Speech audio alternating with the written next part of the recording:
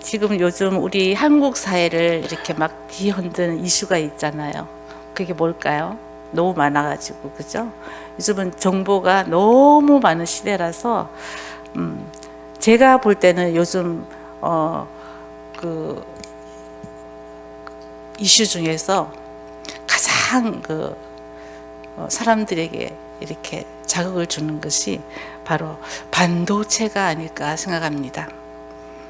스마트폰이나 AI, 또 자율주행차, 또 인공지능 그런 서버까지도 그 안에 작은 칩이 들어가는 거예요. 그 칩의 재료가 뭔 줄 아세요? 모래예요. 그 모래를 매우 깨끗하게 정밀하게 다시 또 정화하고 해서 그 모래에서 그거로 칩을 만든다고 합니다. 근데 이 작은 칩 하나가 딱 멈추면은 온 세상이 딱 멈춰서 버릴 것처럼 지금 그런 시대가 오지 않을까 생각이 듭니다. 그래서 사람들은 이 반도체를 산업의 쌀이라고 부르고 있습니다. 그래서 국가도 그렇고 뭐 모든 경제학자들도 그렇고 이 칩에다가 모든 희망을 걸고 있는 것 같습니다. 그런데 가만히 보면은 우리의 삶의 모습도 좀 이와 닮지 않았나 하는 생각이 들었습니다. 눈에 보이는 월급, 스펙, 기술, 또 부동산, 집값이 얼마나 막 올랐다 내렸다 하잖아요. 또 주가, 환율도 막 올라가고 있잖아요. 이렇게 우리의 내일을 결정해 줄 것 같이 이런 모든 경제적인 것이 우리를 지배하고 지금 있는 거예요. 뉴스에 경기가 침체되었다, 채용이 축소되었다, 이렇게 하면은 사람들의 마음이 그냥 롤러코스터를 타는 것처럼 그렇게 오르락내리락 하기도 합니다. 반도체가 수요가 줄어들었다, 아니면 수출이 늘어났다, 투자와 수출이 늘어났다고 하면은 또 안심을 하기도 하고요. 한마디로 우리의 그 인생이 지금 이 경제 지표 회로 위에 놓여서 그냥 그 경제에 우리가 그냥 사람들이 그냥 완전히 오뚜기처럼 그렇게 살아가는 것 같아요. 그런데 오늘 말씀의 성경 말씀은 전혀 다른 진리를 선포하고 있습니다. 오늘 시편 23편 말씀에는 다윗은 자신의 삶을 돌아보면서 인생의 근거를 경제도, 군사력에도, 정치도 아닌 오직 단 한 분에게만 그 자기의 인생의 근거를 찾고 있습니다. 여호와는 나의 목자시니 내가 부족함이 없으리로다. 오늘은 이 말씀을 한번 붙들고 진짜 우리의 삶을 움직이는 분이 누구이신지, 그리고 그분이 우리의 목자가 되실 때 어떤 은혜가 임하는지 우리는 한번 알아보기로 하겠습니다. 3000년 전에 다윗의 삶을 통해서 오늘 이 사실을 한번 확인해 보겠습니다. 오늘 본문 1절 우리 한번 같이 함께 읽어보겠습니다. 시작. 여호와는 나의 목자시니 내게 부족함이 없으리로다. 아멘. 이 시를 읽을 때 조금 잘못 생각하시는 분들도 있는 것 같아요. 다윗은요, 이스라엘 왕이고 또 매우 강력한 그 군권을 가지고 있었습니다. 그리고 그 사람은 없는 게 없었어요. 부인들도 많았고 가진 거 명예와 권력 다 가지고 있었죠. 그래서 아마 다윗은 이런 기도를 했을 거야. 자기가 다 가졌으니까 부족함이 없다고 고백하는 거 아닌가. 여러분들은 어떻게 생각하시나요? 이 말씀을 읽을 때 그렇게 느껴졌나요? 그렇지 않습니다. 다윗의 인생은요, 결핍투성이었어요. 그는 베들레헴의 양치기 출신이에요. 그러다가 이스라엘이 절제절명으로 위기에 처했을 때 골리앗을 물리침으로써 그 구국의 영웅이 되게 됩니다. 그러나 사울 왕이 질투해서 다윗을 죽이려고 해서 그 다윗 한 명을 죽이기 위해서 특공대 3000명을 구성했습니다. 그래서 다윗을 추격했지만 10년 동안 다윗을 추격했습니다. 얼마나 10년 동안 도망다니면서 힘들었겠어요. 자기가 뭐 잘못된 것도 없는데 그 권력 있는 사람이 그 질투심으로 인하여서 생명의 위협을 받고 있으니까요. 또 다윗은 그 자식들 때문에 많은 아픔이 있었어요. 장남 암논이 다윗의 딸 디나를 강간했잖아요. 그래서 버렸어요. 그러자 그 디나의, 그러니까 암논하고 디나는 이복 형제간이죠. 그러니까 디나의 동복인 오빠 압살롬이 동생을 강간하고 버린 그 암논을 가만히 두었겠습니까? 자기 동생을 버린 그 형님 암논을 척살해서 죽였습니다. 서로 자식들이 서로 죽이고 한 거예요. 얼마나 힘들었겠어요, 다윗이. 또 압살롬은 그게 그치지 않고 쿠데타를 일으켰어요. 그래서 아버지의 목에 칼을 들이대고 아버지의 그 왕자를 뺏으려고 했어요. 그래서 다윗은요, 얼마나 급했는지 신도 신지 못하고 머리도 빗지 못하고 흥크러진 채로 맨발로 도망을 가야 할 그런 상황도 처해져 있었어요. 다윗은 일평생 편한 날이 없었습니다. 모든 것이 결핍 때문에, 그 세상의 결핍 때문에 그는 오직 여호와만 의지하고 살았습니다. 만약에 다윗이 이런 결핍이 없었다면 그는 세상의 명예와 권력과 다 가졌기 때문에 아마 이런 결핍이 없었다면 여호와는 나의 목자시니 하고 의지하지 않았을 거예요. 사람은 다 똑같습니다. 다윗은요, 여호와는 목자시니 이렇게 하지 않았어요. 어떻게 하셨죠? 여호와는 나의 목자라고 고백하고 있습니다. 하나님은요, 추상적인 신, 종교, 그런 개념이 아닙니다. 우리 기독교는 종교가 아니에요. 우리 기독교는 하나님과 나와 인격적으로 이렇게 관계 맺는 그런 종교입니다. 그런 기독교입니다. 나의 목자라는 말에는 소속이 담겨 있어요.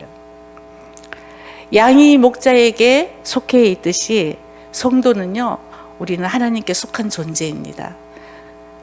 세상은요, 스펙과 성과를 기준으로 해서 이렇게 평가를 하고 하지만 하나님은 부족한 나를 너는 내 것이라 하고 부르시면서 책임져 주십니다. 나의 목자라는 말에는 책임이 있어요.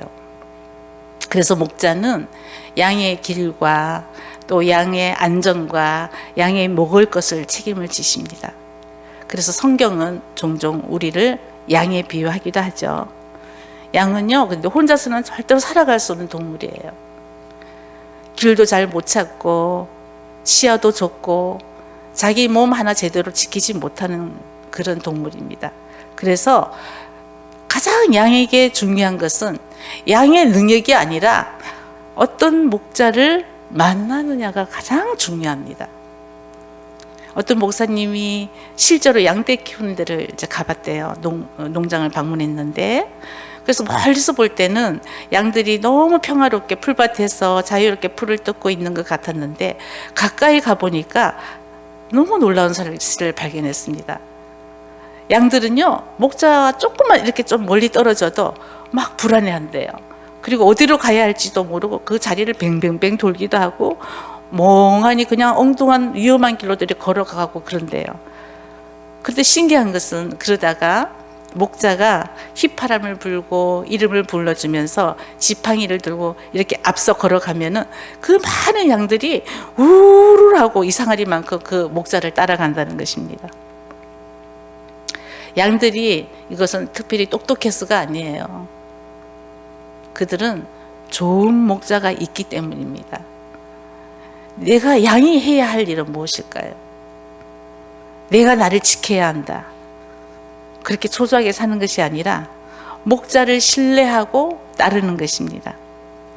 요즘 사람들은 그런 말을 하더라고요. 스스로를 프로브란러 이렇게 부르기도 합니다. 그러니까 내 삶의 목자가 내 자신이라고 생각하는 거죠. 내 목자, 내가 내 목자야. 내가 나를 지켜야 하고 나의 미래를 내가 설계하고 나의 안전도 내가 보장해야 해. 그렇지 않으면 살 수 없어. 그렇게 생각한다는 거예요. 그러니까 스스로가 불안하라고 생각하는 거죠. 그러니까 조금만 일이 틀어져도 무너지고 계획과 좀 다른 길을 이렇게 만나면은 공포를 느낍니다.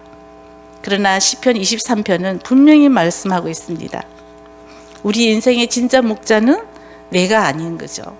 내가 아니라 여호와 하나님이십니다. 이 고백이 출발점이 될 때 비로소 우리들에게는 참된 평안이 우리에게 임하는 것입니다. 내가 부족함이 없으리로다. 공급하시는 목자님이십니다. 부족함이 없다는 말은 원하는 것을 다 가진다는 그런 뜻이 아니라 내 인생에 필요 없는 것까지 다 채운다는 그런 의미도 아닙니다. 하나님이 보시기에 가장 선하고 가장 알맞은 때에 가장 알맞은 방법으로 채우신다는 그런 고백입니다. 우리 2절을 함께 읽어볼까요? 2절 시작. 그가 나를 푸른 풀밭에 누이시고 쉴만한 물가로 인도하시는도다. 아멘. 푸른 풀밭에 현재형으로 누이시며 쉴만한 물가로 현재형으로 인도하시는도다. 현재형이에요. 내가 세상의 결핍이 너무 많아서 오직 여호와 하나님만을 나의 목자로 삼았을 때 그분이 나를 지켜주시고 인도하실 거야. 내일 혹은 모레 혹은 한 달 후에 나를 풀밭에 누워주실 거야. 아닙니다. 지금이라는 거예요. 지금 주님이 지금 나를 푸른 풀밭에 누이시고 쉴만한 물가로 인도하신다는 것입니다. 다윗의 형편은 너무나도 결핍투성이었죠. 그런데 그 결핍투성이인 내 상황이 지금 너무 어려운 상황이지만 지금 이 순간에 하나님이 나를 쉴만한 물가로 인도하시고 푸른 초장에 누이신다는 거예요. 그런 고백을 하는 거예요. 너무 편안하고 평안해서 그런 고백이 나온 게 아닙니다. 사람들은요, 전부 다 우리는 꽃방석에 앉고 싶어 하잖아요. 우리가 원하는 꽃방석은 어쩌면 우리를 타락시킬 수도 있습니다. 주님께서 주시는 쉴만한 물가 또 푸른 풀밭은요, 내가 계산한 것하고는 좀 다를 수가 있어요. 푸른 풀밭과 쉴만한 물가로 인도하시는 도다. 목자는요, 양에게 쉴만한 가장 좋은 풀, 가장 안전한 물가를 알고 있어요. 양은 어디에 풀이 있는지 어디가 위험한지도 몰라요. 그래서 목자를 신뢰하지 않으면요, 늘 다른 데로 위험의 도상에 처하게 됩니다. 다윗은 사울 왕에게 쫓겨다니면서 10여 년 세월을 광야에서 먹여주신 하나님을 경험했어요. 600명의 식솔들을 데리고 그 광야에서 생활을 하는데 자기의 인생을 떠올려 보니까 도대체 어떻게 그 광야에서 600명의 식솔들을 데리고 먹고 살았나? 그걸 생각해 보니까 하나님이 먹이고 기르셨다고 밖에 해석할 수가 없는 거예요. 우리 인생에도 그럴 때가 있지 않습니까? 저는 이제 신학교를 학부를 졸업하고 신대원을 바로 가지 않았습니다. 그 당시는 여자 목사가 별로 배출이 안 됐었어요. 우리 통합청에서 그 헌법이 된 지가 그때가 몇 년이 되지 않았습니다. 제가 학부를 졸업할 때. 그런데 그 당시에 이제 어떤 몇 명의 이렇게 가끔 이렇게 여자 목사님이 보면은 그 당시는 여자 목사님이라면은 이렇게 남자처럼 목소리도 기도를 하도 많이 해서 그런지 컬컬하고 남자같이 그랬었어요. 그래서 저는 진짜 교만한 마음에 저 나름대로 규정을 지었어요. 아니야, 나는 저렇게 못해. 남자처럼 저렇게 씩씩하게 나는 목사 체질이 아니라고 생각했습니다. 그래서 나는 그냥 전도사로 있을래. 혼자 스스로 이제 그렇게 단정을 짓고 신대원을 그 당시는 지금은 거의가 학부를 졸업하면 신대원을 가지만 그 당시는 그렇지 않았어요. 여자들은 한 절반 정도밖에 가지 않았습니다. 그런데 한 2년 있다가 가야지 하고 또 가정의 여러 가지 상황도 그렇고 해서 신도원을 가지 않아서 이제 사역을 하는데 하나님이 계속 사역의 자리로는 인도하셨어요. 근데 2년 후에 가야지 한 것을 그냥 잊어버리고 그냥 있었어요. 그래가 17년이 흘렀습니다. 17년이 흘러서 이제 시대도 많이 좀 바뀌었잖아요. 17년이 그 20년 다 돼가니까 교회 상황도 그렇고 그래서 공부를 더 해야 되겠다는 생각이 들었어요. 그래서 이제 기도를 하는데 하나님이 그런 마음을 주셨어요. 신도원을 가라고 마음을 주셨어요. 그래서 1년 동안 두문불출하고 공부를 했습니다. 얼마나 공부를 했는지 새벽에 2시, 3시까지 공부를 하고는 1시간 자고 일어나면 4시 되면 일어나서 구토를 하는 거예요. 막 토하는 거예요. 그래가지고 이제 병원을 가면 의사 선생님이 도대체 무엇을 하는지는 몰라도 죽으려고 그러냐고 저보고 막 그러면서 야단을 치시더라고요. 이제 그래서 이제 어떻게 하나님의 은혜로 학교를 들어가게 됐는데요. 너무 이건 힘든 거예요. 아침에 강나루 그 대바람을 맞으면서 책가방을 둘매고 그 장신대가 저기 오르막길에 있잖아요. 한참 올라가서 거기를 헉헉헉 올라가는 거예요. 올라가서 교실에 8시에 그 출석표 카드를 찍어야 돼요. 그걸 찍지 않으면은 지각. 8시 10분 지나면 그 카드가, 이 체크 카드가 이게 찍히지 않는 거예요. 출석 카드가. 그러면 10분만 늦어도 지각.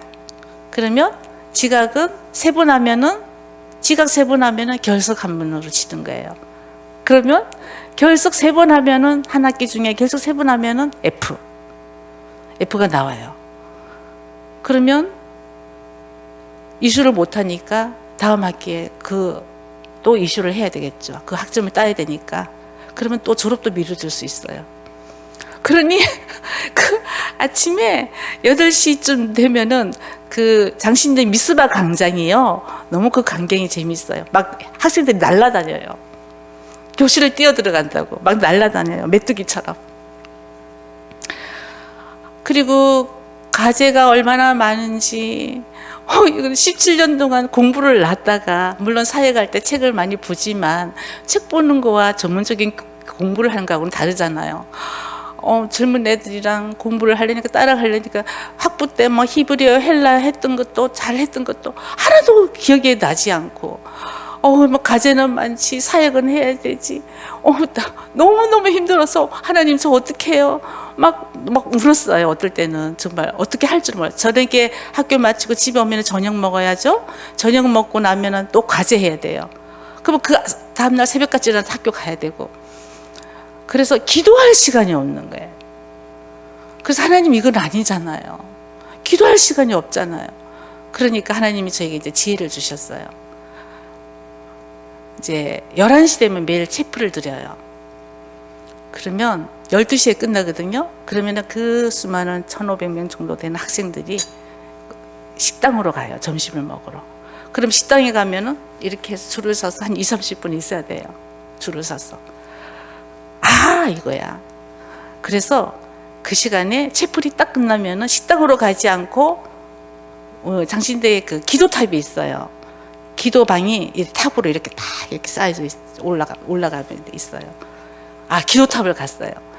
그 시간에 기도탑에 올라가서 마음껏 기도하는 거예요. 30분 동안 하나님과 독대하는 거예요.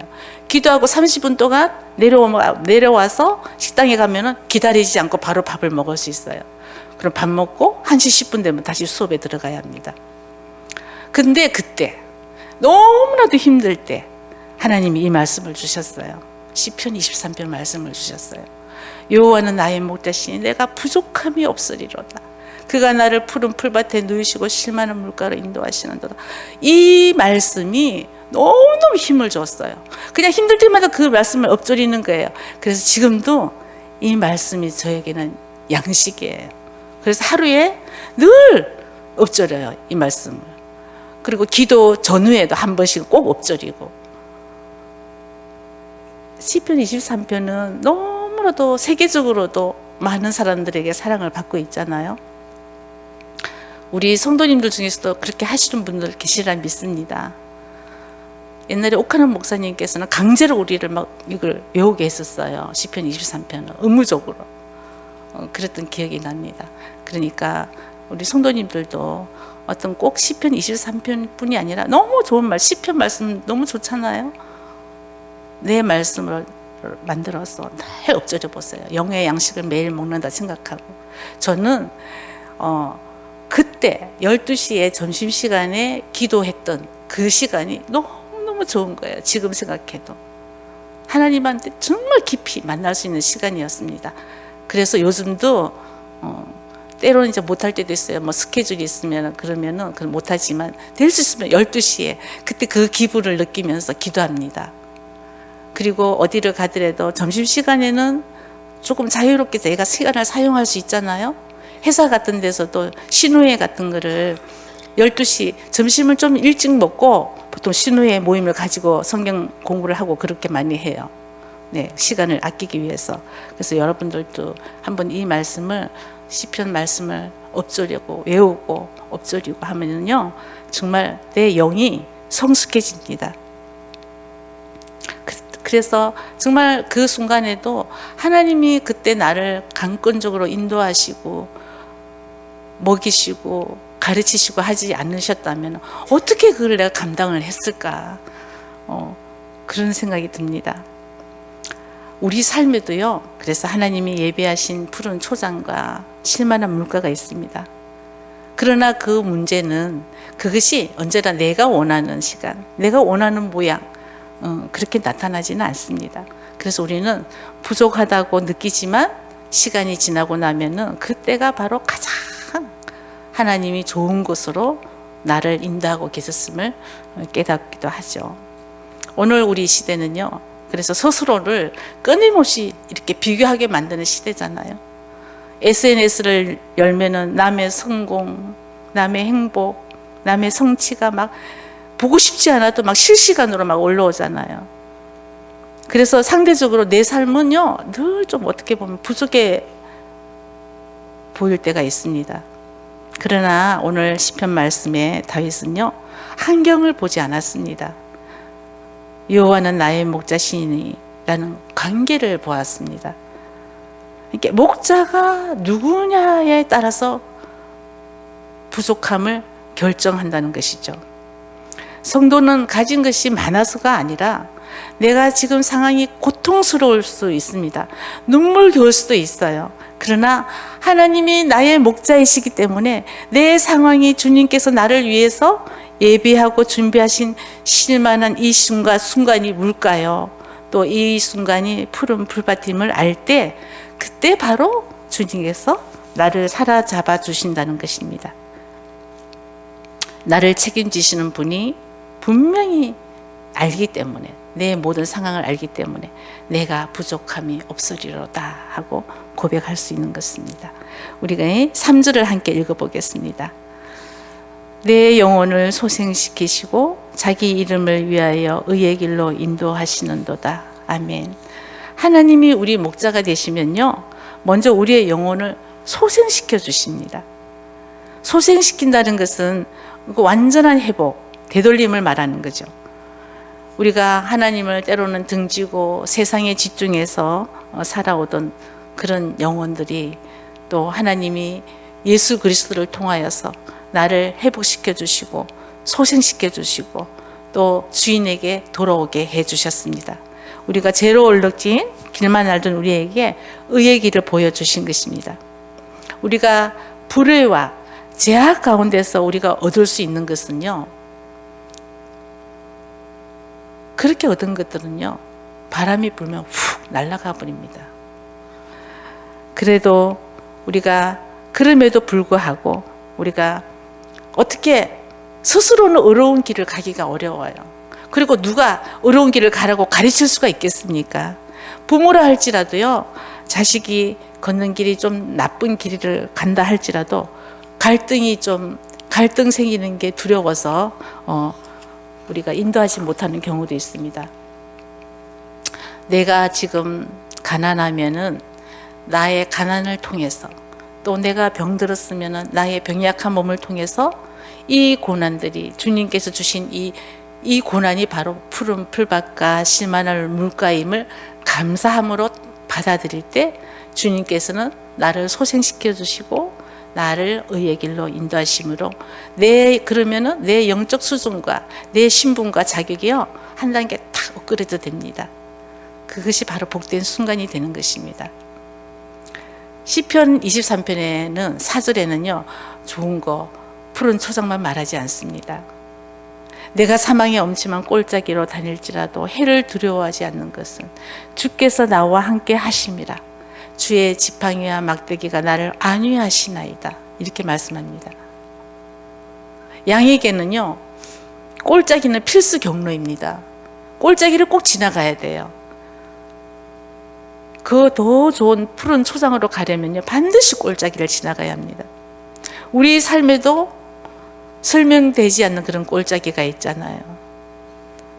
뭐 병과 실패와 관계, 경제적인 위기, 이런 순간에 사람들은 흔히 이렇게 묻습니다. 하나님이 정말 나의 목자라면은 왜 나를 이런 꼴짜기를 허락하시는지, 건져주시 않으시는지. 우리가 목자를 따라가다가 앞에 보이지 않는 어두운 터널을 만날 때도 있습니다. 그러면 왜 하나님이 나를 이런 데로 인도하시지? 저는 너무 그럴 때가 많아요.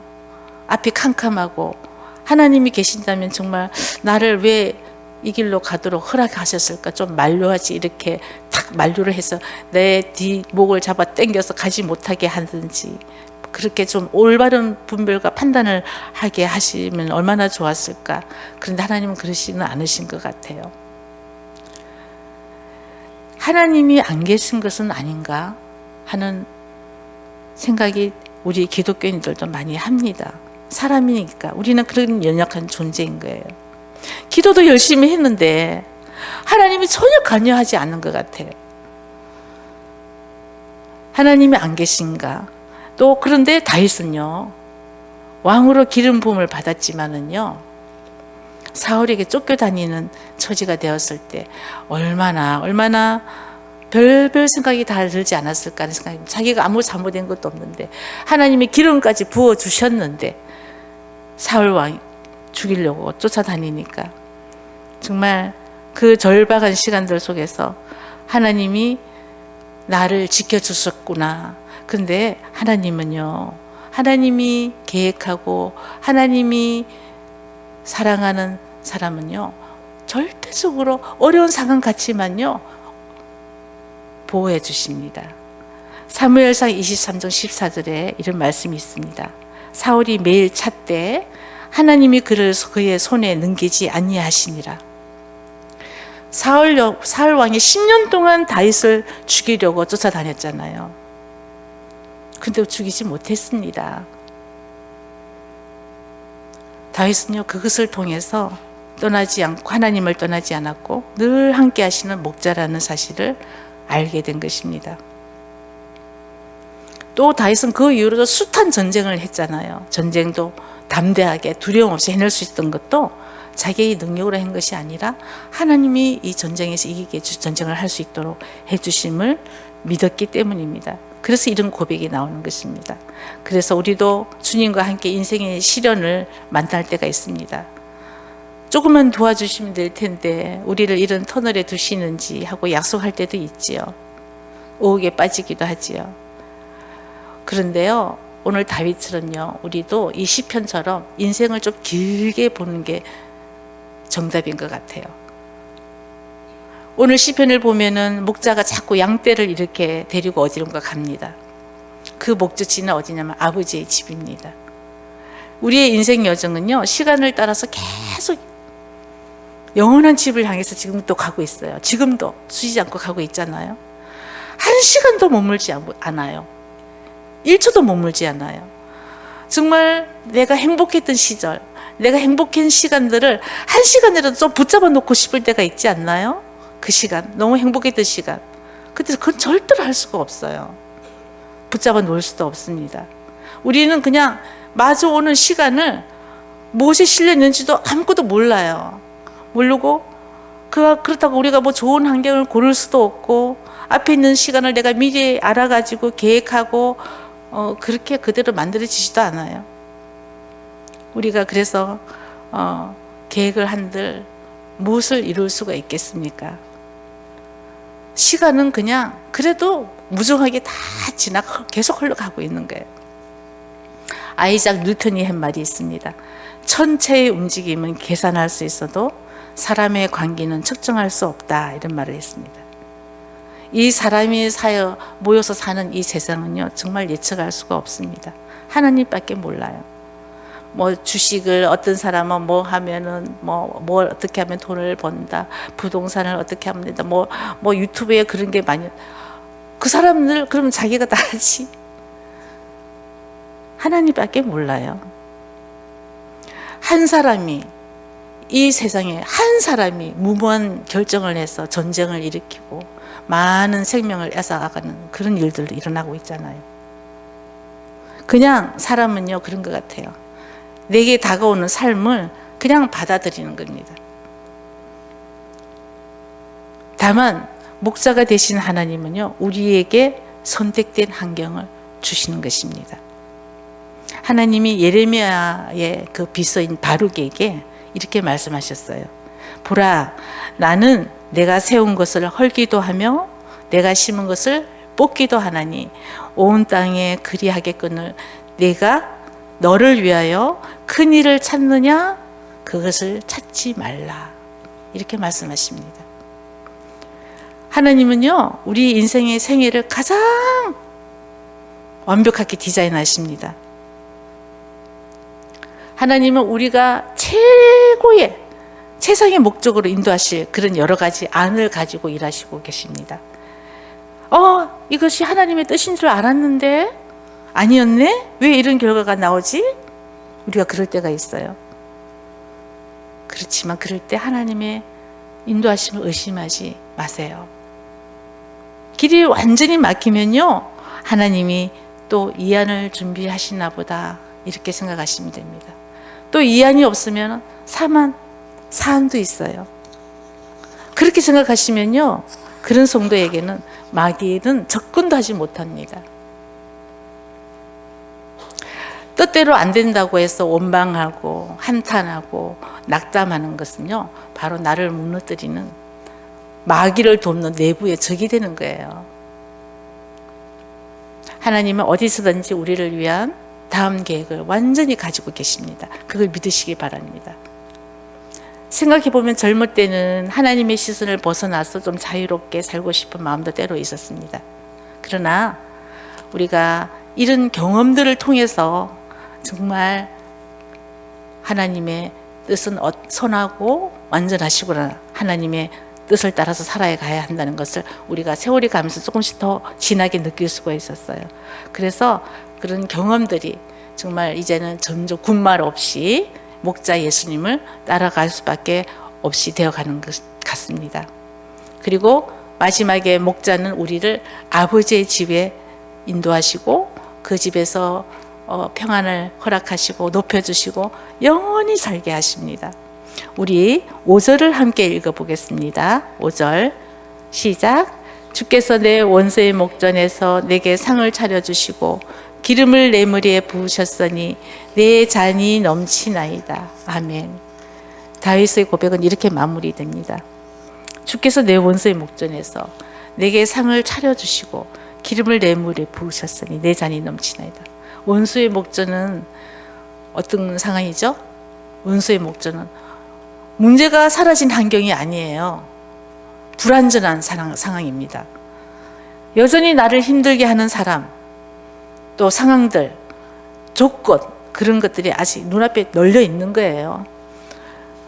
그런데 그 자리에서 하나님이 상을 차려주시는 거예요. 그런 자리에서, 그런 상황 속에서 상을 차려주시고, 하나님은요, 완벽했기 때문에 넘치게 해주시는 게 아닙니다. 어려운 환경 가운데서도 하나님이 임재하시고 기름을 부으시고 상을 차려주시고 넘치게 하신다는 것입니다. 다윗은요, 모든 고난의 상황들을 푸른 풀밭과 실만한 물가로 받아들이고 또 주님께서 떨어뜨리신 사망의 음침한 골짜기를 믿음으로 받아들인 그 다윗을 하나님께서는요, 직접 그 머리에 기름을 부으셨습니다. 그리고 원수들 앞에서 상을 베풀어 주셨어요. 성도 여러분, 다윗은 일평생 다윗을 대적하는 원수들이 너무나도 많았어요. 그러면 다윗이 불의한 사람이었을까요? 아닙니다. 다윗은 어려운 사람이었어요. 다윗의 그 어려움이 오히려 불의한 사람들이 저 다윗의 어려움이 나를 불편하게 한다는 그런 생각 때문에 다윗을 대적하고 괴롭혔습니다. 그 모든 사람들 원수들 앞에서 하나님께서 다윗을 높여주신 것입니다. 여러분, 하나님 말씀대로 한번 살아가 보도록 해보십시오. 어려운 길을 가보도록 한번 노력해 보세요. 사람들은요, 좋아할까요? 칭찬하실까요? 아닙니다. 박수 치지 않아요. 처음에는 칭찬하는 것 같아도. 우리 인간은 그런 거예요.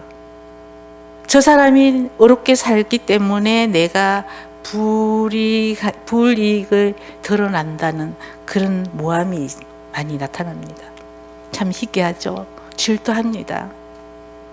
그렇지만 우리가 그런 길을 하나님만 바라보고 포기하지 않고 걸어갈 때 하나님께서 그 모든 사람들 앞에서 상을 베푸시고 기름을 부어주십니다. 우리들에게도.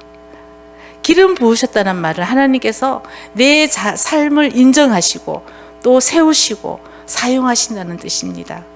그래서 잔이 넘치는 거예요. 지갑이 넘치는 게 아니라 하나님의 은혜와 사랑이 넘치는 거예요. 사랑하는 성도 여러분, 오늘 우리의 현실은 너무 불안전합니다. 경제 뉴스는 희망과 위기를 동시에 말해요. 정말 롤러코스터를 타게 만들죠.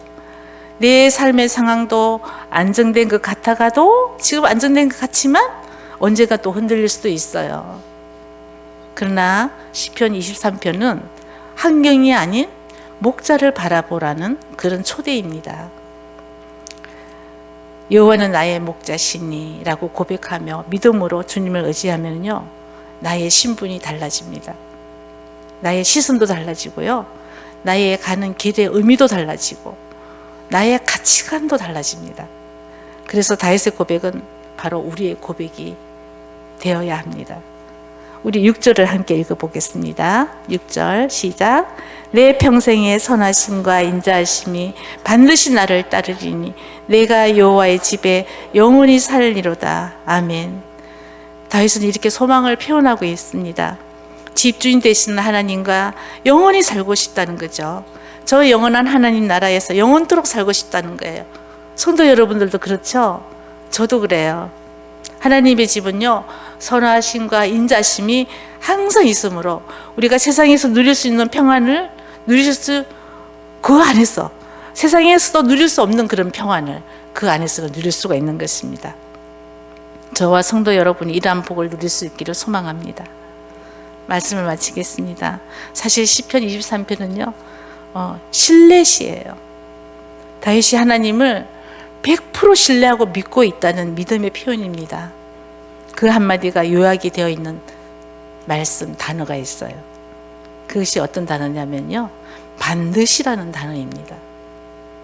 반드시 나를 따르리니 내가 여호와의 집에 영원히 살리로다. 이렇게 고백하고 있습니다. 이 반드시라는 단어는요, 히브리어로 아크 이렇게 표현을 합니다. 그 아크라는 것은 원래는 견고하게 세우다, 또 그런 동사에서 유래된 말인데요, 그 의미가 확실하게, 의지할 여지 없이 분명하게 그런 뜻입니다. 그러니까 다윗은 지금 하나님 앞에 확실히 의심이 없는 완벽한 믿음을 가지고 고백하고 있는 것입니다. 하나님, 그렇습니다. 하나님은 나의 목자이십니다. 하나님은 나의 주인이십니다. 그 하나님께서 나를 보호하십니다. 나의 필요한 것을 공급하여 주십니다. 그것을 확실히 믿습니다. 이런 고백, 이 믿음이 저와 여러분의 고백이 될 수 있기를 소망합니다. 네.